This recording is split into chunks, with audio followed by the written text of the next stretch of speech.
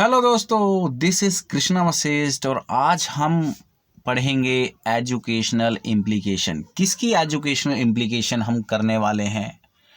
Cognitive development theory, Jean पियाजे। Okay.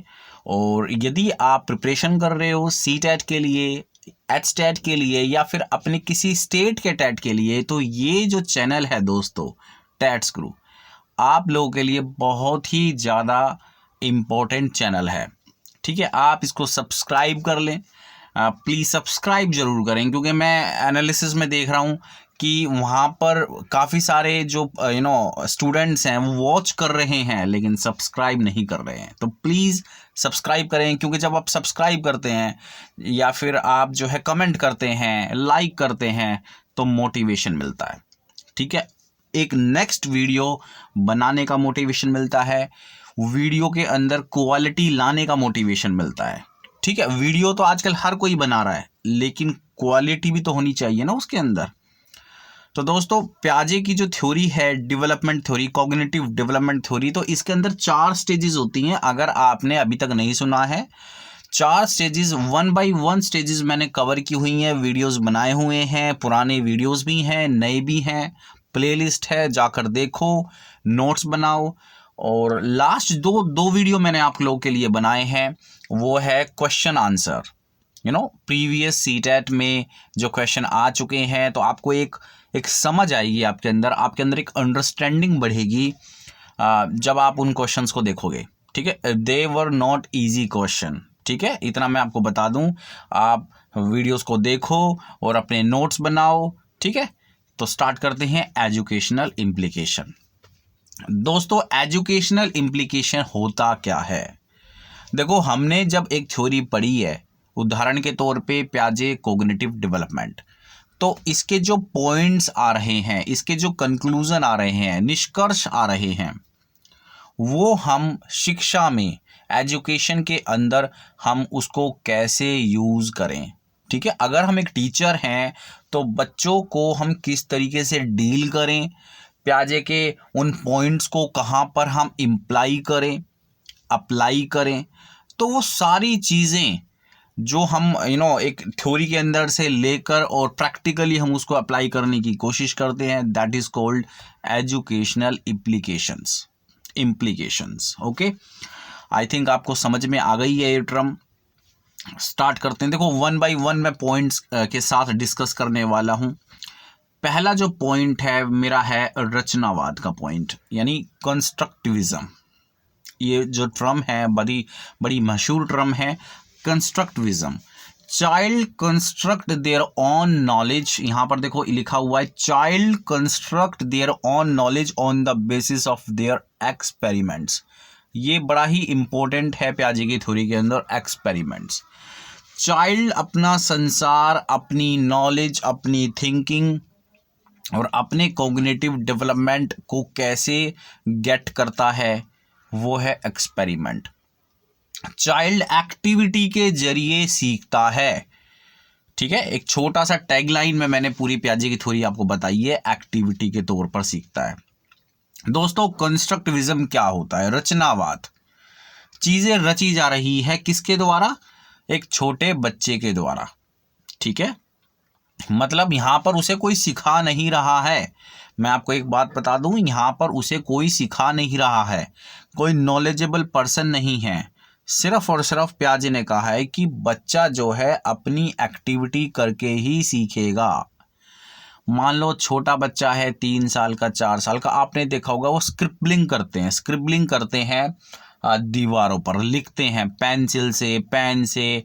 उनको कोई चौक मिल जाए तो चौक से लिखेंगे। जैसे मेरा जो भतीजा है, 5 साल का है, उसको मैं देखता हूँ, वो यूट्यूब से वीडियो देखता है, शिव जी की ड्राइंग, भगवान शिव जी की ड्राइंग, तो वो उस शिव जी की ड्राइंग को ड्रॉ करने की कोशिश करता है और बहुत ही अच्छे से ड्रॉ करता है।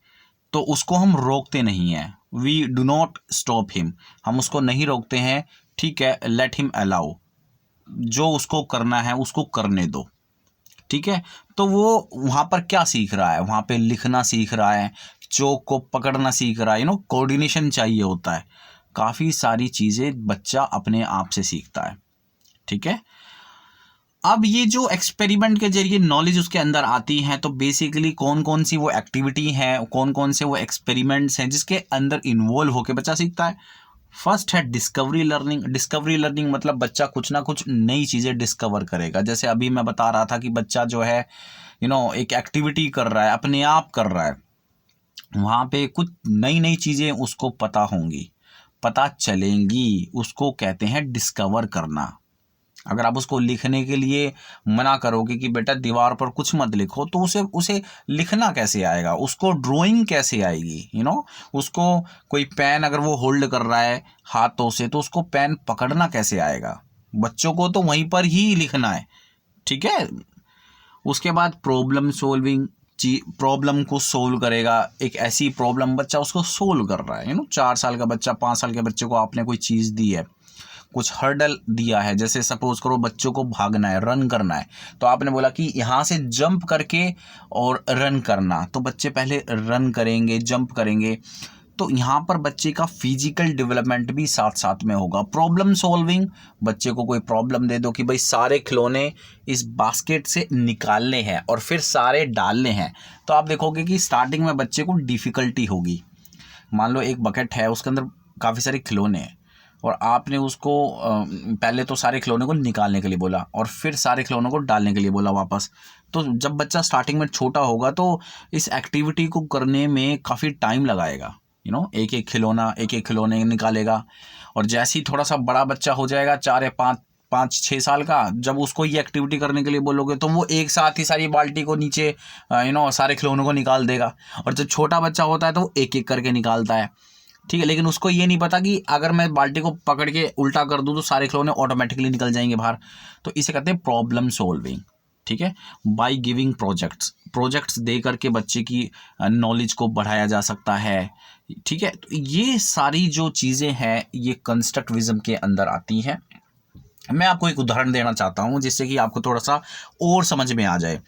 जैसे मान लो कि एक एलिमेंट्री स्कूल है, teacher present a class problem to measure the length of the blackboard. मतलब टीचर ने कहा है एक बच्चों से, मान लो 5 या 6, 7 साल के बच्चे हैं, टीचर ने कहा है कि भाई आप जो है इस ब्लैक बोर्ड की लेंथ को मेज़र करें, ठीक है।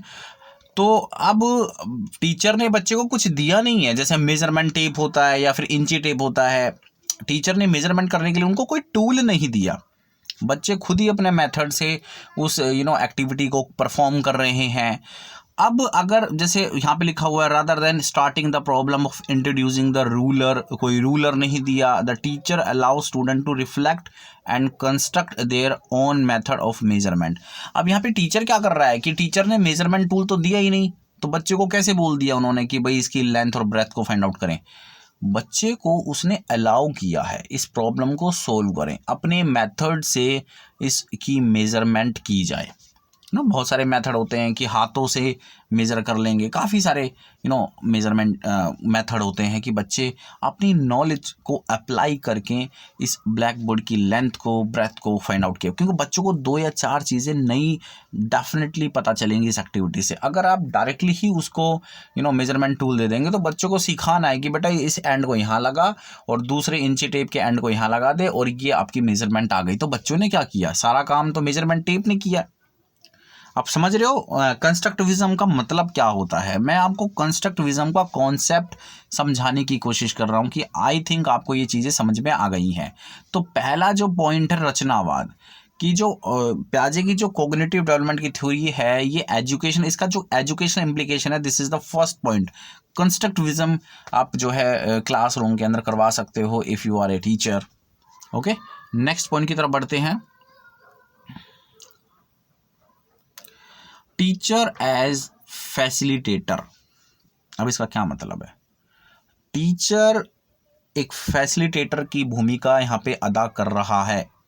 सेंटर पॉइंट पर तो बच्चा है, मतलब जो स्क्रिप्ट है उसके सेंटर पॉइंट पर बच्चा है, ठीक है। हमें बच्चे को ही पढ़ाना है और टीचर फैसिलिटेट करे।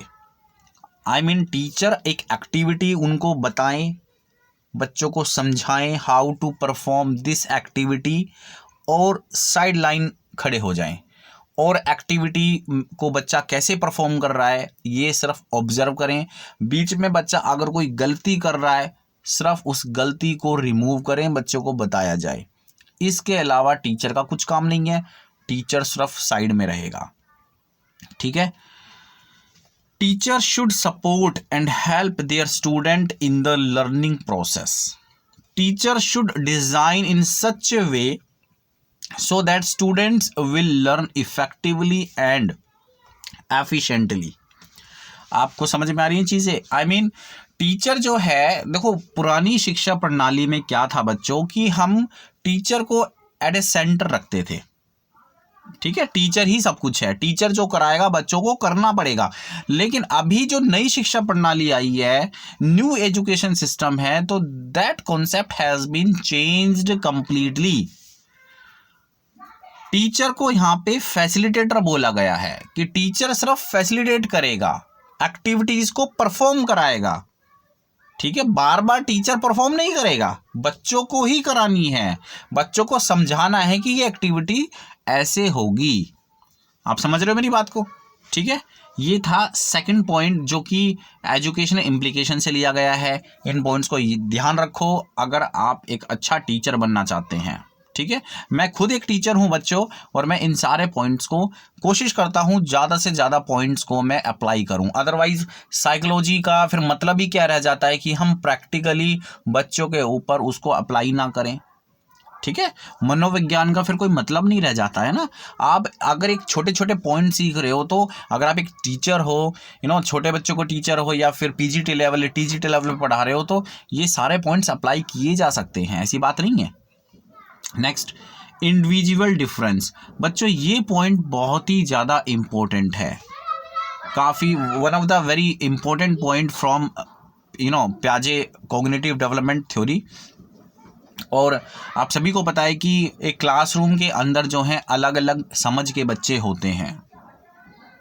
ठीक है, एक छोटा सा पॉइंट मैं आपको बता दूं कि एक क्लास में अगर 30 स्टूडेंट्स हैं, देखो सब दिखने में अलग अलग होते हैं बच्चों, सब दिखने में अलग अलग होते हैं। राम अलग होता है श्याम से, श्याम मोहन से अलग होगा, मोहन कुणाल से अलग होगा, कुणाल जो है ऋतिक से अलग होगा। दिखने में सब अलग अलग होते हैं, तो ये हेरिडिटी है। तो प्याजे ने कहा कि भाई इन सभी बच्चों का जो कोग्निटिव डेवलपमेंट है ना, कोग्निटिव डेवलपमेंट मतलब यहाँ पर मैं माइंड के लेवल के कॉन्टेक्स्ट से बोल रहा हूँ कि माइंड का जो लेवल है सभी का अलग अलग लेवल है। किसी की अंडरस्टैंडिंग पावर है वो थोड़ी सी ज़्यादा है, किसी की कम है, किसी की मीडियम है, किसी की बहुत ही कम है। जो बच्चे क्लासरूम के अंदर वीक होते हैं तो उनकी जो कोग्निटिव डेवलपमेंट है बहुत ही कम है। उनका हो सकता है कि एनवायरनमेंट की कोई कमी रह गई हो, लेकिन प्याजे ने एनवायरनमेंट को ज़्यादा प्रेफरेंस नहीं दी थी। उन्होंने ज़्यादा बायोलॉजिकल व्यू से बच्चों को ज़्यादा एक्सप्लेन किया था। तो एक क्लासरूम जो है वो हिट्रोजीनियस क्लासरूम होता है, होमोजीनियस नहीं होता है। अगर हम कोग्निटिव डेवलपमेंट की बात करें तो there are difference among the peoples, these theories based upon development stages. तो इसी वजह से प्याजे ने क्या है कि 4 स्टेजेस अपनी दी थी, पहली stage, second, third and fourth. ठीक है, तो इंडिविजुअल डिफरेंस का जो कॉन्सेप्ट है बच्चों, और इससे रिलेटेड पेपर में क्वेश्चन भी आता है। इंडिविजुअल डिफरेंसेस को इन्होंने सबसे ज़्यादा प्रेफरेंस दी है। ठीक है, और एक्सप्लेन भी किया है कि इंडिविजुअल डिफरेंस जो है वो क्यों होता है। ठीक है, चलते हैं आगे नेक्स्ट पॉइंट। अच्छा, इसी पॉइंट के अंदर हम बातें कर लेते हैं थोड़ी सी और। Teacher should teach on the basis of their cognitive development. अब यहाँ पर इंपॉर्टेंट है, ये बहुत ही ज़्यादा इंपॉर्टेंट पॉइंट है बच्चों, कि टीचर को जो है ना बच्चों के कोग्निटिव डेवलपमेंट के अकॉर्डिंग ही बच्चों को टीच करना चाहिए। क्यों? क्योंकि सभी का कोग्निटिव डेवलपमेंट अलग अलग होता है।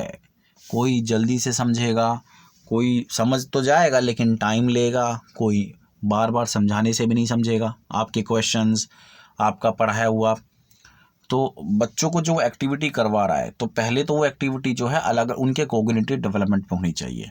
ठीक है, ये बहुत ही इंपॉर्टेंट है क्योंकि देर आर इंडिविजुअल डिफरेंसेस।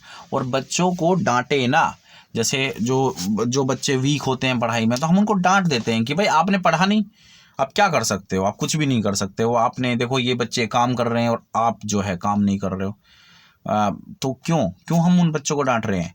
उनका कोई कसूर नहीं है, उनको एनवायरनमेंट, उनको बायोलॉजिकली उनको इस तरीके से घर पे एनवायरनमेंट मिल रहा होगा कि पढ़ाई के टच में वो बच्चे होंगे ही नहीं, है ना। तो प्याजे ने कहा है कि बच्चों का जो कॉग्निटिव डेवलपमेंट है very much depend upon the parents heredity. तो पेरेंट्स जैसे होंगे बच्चे भी वैसे ही होंगे। ओके, आगे चल के लेव वाइगोत्स्की की जो थ्योरी हम पढ़ते हैं तो उसमें उन्होंने एनवायरनमेंट के फैक्टर को भी काउंट किया हुआ है, और आई थिंक मैं समझता हूँ कि एनवायरनमेंट का फैक्टर भी बहुत ही ज़्यादा इंपॉर्टेंट है। तो हम उन बच्चों को डांटे ना, बल्कि हम उनकी प्रॉब्लम को डायग्नोस करें। ठीक है, हम देखें कि वो बच्चे गलत कहाँ कर रहे हैं, गलत कैसे कर रहे हैं। देखो यही तो साइकोलॉजी है, यही तो मनोविज्ञान है। एक प्रैक्टिकल सब्जेक्ट ये इसलिए है क्योंकि हम यहाँ पे डायग्नोज एज ए डॉक्टर जब किसी पेशेंट की बीमारी का वो पता लगाता है तो डायग्नोज करता है। अब कोई पेशेंट किसी डॉक्टर के पास अगर जाएगा तो डायरेक्टली डॉक्टर जो है बिना बात करे उसको दवाई तो नहीं दे देगा ना। तो पेशेंट को पहले बताना पड़ेगा, सिम्टम्स बताने पड़ेंगे डॉक्टर को कि भाई हाँ डॉक्टर साहब ये प्रॉब्लम हो रही है, मुझे खांसी ज़्यादा है, कफ प्रॉब्लम है, सिर में दर्द है, बुखार है, शरीर दर्द कर रहा है। वो तमाम सिम्टम्स डॉक्टर को जब आप एक्सप्लेन करेंगे तो डॉक्टर सोच समझ के आपको कोई दवाई प्रिस्क्राइब करेंगे। ठीक है, उसके बाद बात कर लेते हैं, teacher should not use the deductive method in the class of students belonging to the second stage और थर्ड स्टेज चाइल्ड। अब देखो बच्चों, यहाँ पर बात की जा रही है कि जो बच्चे सेकंड स्टेज या थर्ड स्टेज में चल रहे हैं तो टीचर को जो है ना बेसिकली डिडक्टिव मेथड जो है उससे एक्सप्लेन नहीं करना चाहिए। अब व्हाट इज़ डिडक्टिव मेथड और व्हाट इज़ इंडक्टिव मेथड, ये मैं पहले भी एक्सप्लेन कर चुका हूँ, फिर भी थोड़ा सा बता देता हूँ कि एक फॉर्मूला होता है ना, फॉर्मूला जैसे मान लो a+b², तो ये डिडक्टिव मेथड है। आप समझ लो कि आपको मैंने a+b² बता दिया और आपको बोल दिया कि यूज़ करो इसे क्वेश्चन में, तो ये डिडक्टिव है। आप जो मेथड है वो डिडक्टिव मेथड है। आपको पता नहीं कि ये जो फॉर्मूला ही कहाँ से ड्राइव हुआ है, उसका डेरिवेशन आपको नहीं पता है। और इंडक्टिव मेथड में हमें डेरिवेशन भी पता होता है कि भाई ये फॉर्मूला कैसे प्रोड्यूस हुआ, that is from inductive method. और खाली मैं केवल आपको फॉर्मूला बता रहा हूँ, आपको कोई डेरिवेशन की नॉलेज नहीं है, ये है आपका डिडक्टिव मेथड। ठीक है, तो बच्चों को जो सेकंड स्टेज में चल रहे हैं, इवन जो थर्ड स्टेज में है, तो हमें कोशिश ये करनी है एज ए टीचर कि बच्चों को डिडक्टिव मेथड से ना पढ़ाएं, क्योंकि बच्चे फिर मेहनत करना छोड़ देंगे ना।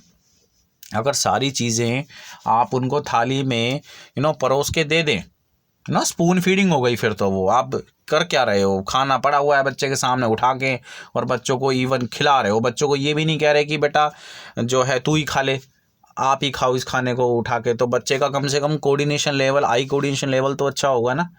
तो स्पून फीडिंग नहीं करनी है आपको। ठीक है, ये बहुत ही इंपॉर्टेंट पॉइंट है, आपको स्पून फीडिंग नहीं करनी है, बच्चा फिर मेहनत करना छोड़ देगा। ओके,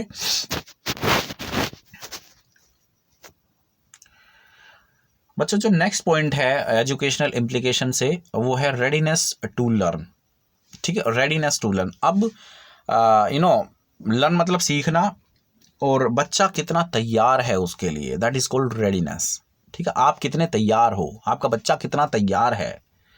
अगर इसको सिंपल एक लाइन में मैं आपको बताऊं तो सिंपल सी बात है बच्चों कि मान लो कोई 5वीं क्लास का बच्चा है, वो 10th क्लास के मैथमेटिक्स को नहीं कर सकता। ठीक है, आप कितनी भी कोशिश कर लें नहीं कर पाएगा। क्यों नहीं कर पाएगा? क्योंकि कॉग्निटिव डेवलपमेंट वो रेडी ही नहीं है, उसका जो माइंड है, जो उसका इंटेलेक्चुअल लेवल है, दैट इज नॉट रेडी। ठीक है ना। 5th क्लास का स्टूडेंट 10th क्लास के स्टूडेंट का मैथमेटिक्स या फिर SST या फिर हिंदी वो नहीं कर सकता। स्टेजेस होती हैं बच्चों, स्टेजेस, लेट द स्टेज कम। जब वो स्टेज आएगी तो ऑटोमेटिकली वो तैयार हो जाएगा, मेंटली लेवल से वो तैयार हो जाएगा, फिजिकल लेवल से वो तैयार हो जाएगा। ठीक है, teacher should teach the student on the basis of their mental developments. Teacher should also ensure about the stages of development of his students. कौन सी स्टेज में बच्चा चल रहा है उसी के अकॉर्डिंग आपको पढ़ाई करानी है। थोड़ा सा डिफिकल्ट हो जाता है एक टीचर के लिए, बट स्टेजेस की जानकारी एक टीचर को होनी बहुत ज़्यादा ज़रूरी है। ठीक है, तो सबसे पहले बच्चों को मेंटल लेवल से तैयार किया जाए। ठीक है, जैसे यहाँ पे एग्जाम्पल लिखा हुआ है मैंने, teacher can not teach 10th maths to the child of 5th class because he is not ready to build hypothesis. वो हाइपोथेसिस उसके माइंड में नहीं बनेगी, ठीक है। वो एक प्रॉब्लम को सोल्व करने के लिए एक माइंड के अंदर एक एल्गोरिदम चाहिए होता है, ठीक है। वो 6th 7th 8th 9th class करके ही वो एल्गोरिदम बच्चा जो है अपने अंदर डेवलप कर पाता है। लेकिन आप उसने 6th 7th 8th 9th तो की नहीं ना, उस क्लास को क्वालिफाई ही नहीं किया है, तो वो 10th तक कैसे पहुंच पाएगा, ठीक है। बहुत ही सिंपल लेवल से मैं आप नोट्स लेके आता हूँ, और आप इन नोट्स को एज इट इज़ जो है वो राइट कर सकते हैं और लिख सकते हैं।